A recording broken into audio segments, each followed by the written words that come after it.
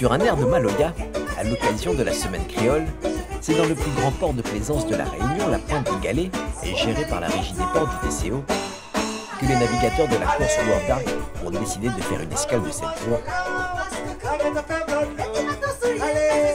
accueillis en anglais par le vice-président du TCO et maire du port.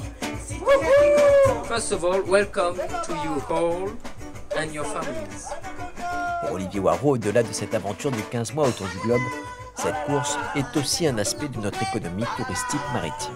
Donc pour nous c'est important, c'est pas la première fois que les concurrents, ceux qui participent à cette course font escale à La Réunion, parce que pour eux c'est une bonne destination, il y a toujours l'accueil, et puis surtout c'est l'image de La Réunion qui est véhiculée partout dans le monde, et ils emmènent avec eux un bout du port, un bout de La Réunion, et c'est tant mieux. Ils vont pouvoir passer quelques jours, visiter, prendre des photos, et je l'espère demain revenir en bateau ou en avion, mais en tout cas c'est la promotion de La Réunion, et ça se passe sur le port, et c'est tant mieux avec le TCO, avec la Régie des ports, avec la ville, avec l'Office de tourisme intercommunal de l'Ouest. Les moyens ont été mis en place pour donner une qualité à l'accueil, mais aussi une vraie simplicité.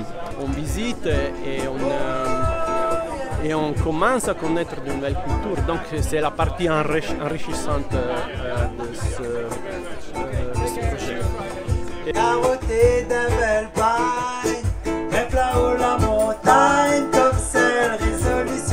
Après le World Dark, l'autre escale attendue au port de la Pointe des Galets est celle des navigateurs de l'Oyster le jeudi 10 novembre. Leur objectif est de boucler un tour du monde en 2 ans.